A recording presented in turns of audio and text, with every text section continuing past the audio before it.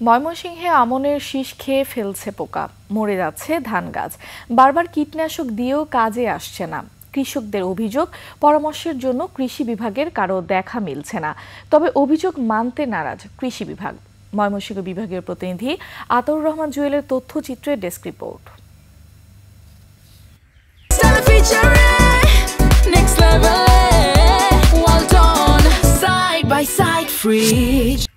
চারদিকে ধান ক্ষেত, আমনের ভালো ফলন পাওয়ার আশা ছিল কৃষকের, কিন্তু সে স্বপ্নে বাদ সেধেছে অজানা পোকা। শীষ খেয়ে ফেলায় মরে যাচ্ছে ধান গাছ। এই চিত্র ময়মনসিংহ সদরের গোপালনগর গ্রামের। আগে মানুষ মনে করছে যে ইন্দুরে ধরছে, ইন্দুরে না, এটা কিরা খাইতেছে। ওষুধ একবার দেওয়া হয়েছে, তাহলে কোনো ফল পাইলাম না আমি। শুধু গোপালনগর গ্রামই নয়, জেলার বেশিরভাগ এলাকায় কৃষকের আমন খেতে এরকম পোকার আক্রমণ। বারবার কীটনাশক ছিটিয়েও কাজ না হওয়ায় বিপাকী কৃষক। অভিযোগ, এ বিষয়ে কৃষি বিভাগেরও কোনো পরামর্শ পাচ্ছেন না তারা।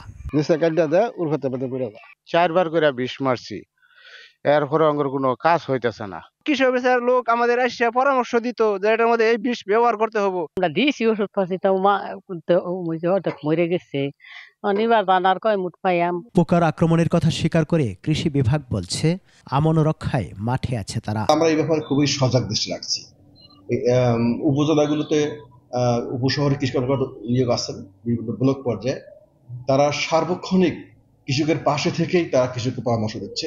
চলতি মৌসুমে জেলায় 2,68,110 হেক্টর জমিতে আমন আবাদ হয়েছে। উৎপাদন লক্ষ্যমাত্রা ধরা হয়েছে 7,86,260 টন।